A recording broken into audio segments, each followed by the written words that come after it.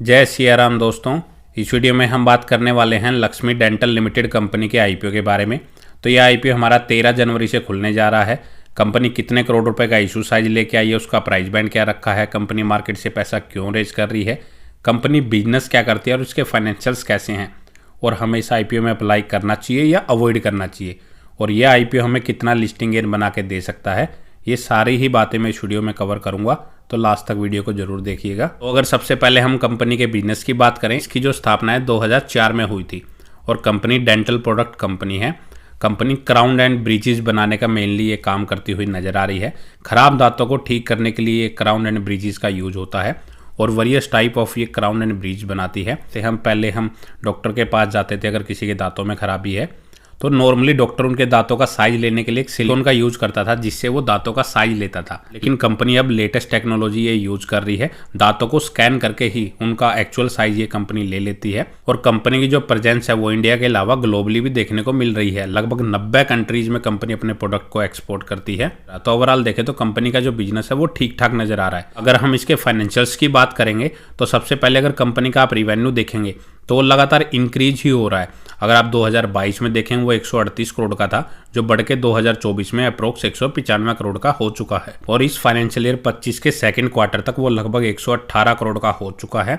अगर आने वाले 2 क्वार्टर्स में कंपनी सेम रिवेन्यू करती है तो वो अप्रोक्स लगभग 234 करोड़ रुपए का रिवेन्यू इस साल करती हुई नजर आ रही है। और कंपनी की प्रॉफिटेबिलिटी भी अगर आप देखेंगे 2022 में कंपनी 19 करोड़ के लॉस में थी, लॉस से कंपनी प्रॉफिट में आ चुकी है। 2024 में कंपनी ने लगभग 25 करोड़ का प्रॉफिट किया था और इस फाइनेंशियल ईयर के 2 क्वार्टर में कंपनी ने लगभग 23 करोड़ का प्रॉफिट ऑलरेडी कर चुकी है। तो कंपनी का जो रिवेन्यू है वो सालाना 20 से 25% से ग्रो करता हुआ नजर आ रहा है। तो काफ़ी अच्छी तेजी से कंपनी ग्रो करती हुई नजर आ रही है। लेकिन कंपनी के ऊपर 41 करोड़ की डेप्ट भी नजर आ रही है। अगर हम इसका डेप्ट टू इक्विटी रेशो देखेंगे तो वो 0.94 का नजर आ रहा है।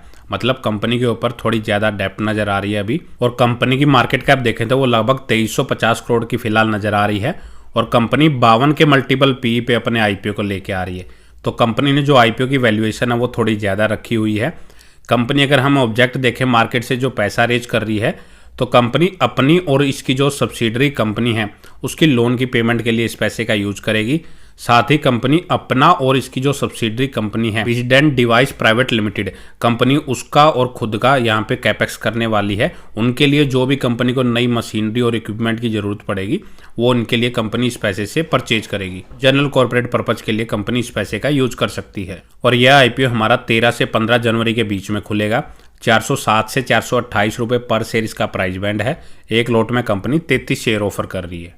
टोटल इशू साइज कंपनी लगभग 698 करोड़ का लेके आई है। लगभग 138 करोड़ रुपए फ्रेश इशू के जरिए और 560 करोड़ रुपए ऑफर फॉर सेल के जरिए यहाँ पे रेज कर रही है। तो मेजॉरिटी ऑफ स्टेक्स यहाँ पे जो बेच रही है वो ऑफर फॉर सेल के जरिए कर रही है और कंपनी के ऊपर सिर्फ 138 करोड़ रुपए ही यहाँ पे यूटिलाइज किए जाएंगे। 16 जनवरी के दिन इसके अलॉटमेंट का पता लगेगा और 20 जनवरी के दिन यह आईपीओ हमें मार्केट में लिस्ट होता हुआ नजर आ सकता है। और रिटेल इन्वेस्टर के लिए इसमें एक बुरी खबर यह है कि इसमें सिर्फ 10% का कोटा रिजर्व रखा गया है। मतलब कि 69 करोड़ रुपए के शेयर के लिए ही हम रिटेल कैटेगरी में इसमें बीडिंग कर सकते हैं और एक लॉट अप्लाई करने के लिए आपको 14,124 रुपये इसमें पे करने पड़ेंगे। और प्री आईपीओ जो प्रमोटर्स की होल्डिंग है वो लगभग 46.5% की है। तो काफ़ी कम यहाँ पे प्रमोटर्स होल्डिंग नज़र आ रही है और इसमें कुछ हिस्सेदारी भी अब बेची जा रही है। तो आने वाले टाइम में ये और भी कम हो जाएगी। और इस आईपीओ का अगर हम लेटेस्ट ग्रे मार्केट प्रीमियम देखें तो आज के दिन इसका जो ग्रे मार्केट प्रीमियम वो 160 रुपये पे चलता हुआ नजर आ रहा है, जो कि लगभग 38% के आसपास फिलहाल चल रहा है। करंट ग्रे मार्केट प्रीमियम के अकॉर्डिंग इस आईपीओ की जो लिस्टिंग है वो 588 रुपए के आसपास हो सकती है। एक लॉट में कंपनी 33 शेयर ऑफर कर रही है। 160 रुपए इसका ग्रे मार्केट प्रीमियम चल रहा है। तो पर लॉट ये आपको लगभग 5280 रुपए का प्रॉफिट फिलहाल बना के दे सकता है। और अभी आईपीओ ओपन होने में 4 से 5 दिन बाकी है। तो मे भी जैसे जैसे इसकी डेट नजदीक आएगी शायद इसके ग्रे मार्केट प्रीमियम में भी और भी तेजी देखने को मिल सकती है।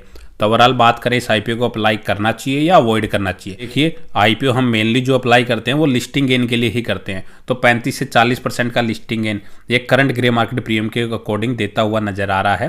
तो आप लिस्टिंग गेन के लिए भी अप्लाई कर सकते हैं। और लॉन्ग टर्म की भी उससे बात करें तो पिछले 2.5-3 साल में कंपनी ने जो ग्रोथ दिखाई है, हर साल उसका रिवेन्यू 20 से 25% की रेट से ग्रो कर रहा है। तो काफ़ी तेज़ी से ग्रो करती हुई नजर आ रही है। 2.5 सालों में कंपनी 19 करोड़ के लॉस से 22 करोड़ के प्रॉफिट में आ चुकी है। तो कंपनी कितनी तेज़ी से ग्रो कर रही है और कंपनी मार्केट से जो पैसा रेज कर रही है उससे अपना कर्जा भी इसमें पे करेगी और साथ ही इसकी सब्सिडरी और खुद का कैपेक्स करने वाली है। अपनी नई मशीनरी ये कंपनी परचेज करने वाली है। आने वाले टाइम में उसका बेनिफिट भी कंपनी को मिलेगा, तो और भी उसका रिवेन्यू ग्रोथ होता हुआ नजर आ सकता है। तो ओवरऑल पैरामीटर वाइज अगर हम देखें तो इस आईपीओ को आप लॉन्ग टर्म और शॉर्ट टर्म दोनों ही उससे अप्लाई कर सकते हैं। बाकी फाइनल डिसीजन आपका है। किसी भी आईपीओ में अप्लाई करने से पहले खुद आप उस आईपीओ का फंडामेंटल एनालिसिस कीजिए। फिर अगर आपको खुद के अकॉर्डिंग अगर लगता है कि मेरे को इस आईपीओ में अप्लाई करना चाहिए, फिर आप उसके अकॉर्डिंग आप अपना डिसीजन इसमें ले सकते हैं। तो इस वीडियो में इतना ही। अगर आपको वीडियो अच्छी लगे तो वीडियो को लाइक करें और चैनल को सब्सक्राइब करना ना भूलें।